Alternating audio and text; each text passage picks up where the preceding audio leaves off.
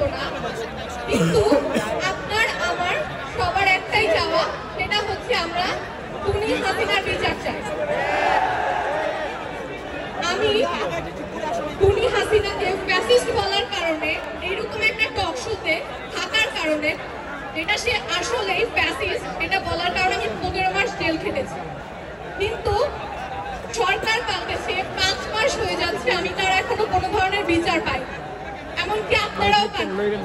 আর বর্তমানে আমরা একটা জিনিস দেখতে পাচ্ছি যে এই যে আওয়ামী লীগের দোসররা, তারা নিজেদের কলস পাল্টে শিবিরে যোগ দিচ্ছে, বিএনপিতে যোগ দিচ্ছে, কিন্তু সেটা কোনোভাবে গ্রহণযোগ্য নয়।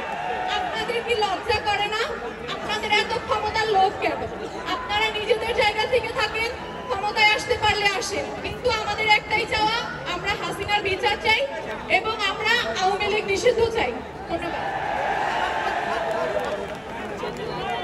পানি লাগবে, পানি, এই কথা যিনি বলেছিলেন আমাদের শহীদ পীর মুক্তির বাবা, এখন আমাদের সামনে বক্তব্য দিবেন। আমাদের সাথে আরো অনেক শহীদের বাবা যুক্ত হয়েছেন। আমাদের এই গণ অভ্যুত্থানের প্রথম শহীদ আবু সাঈদের বাবা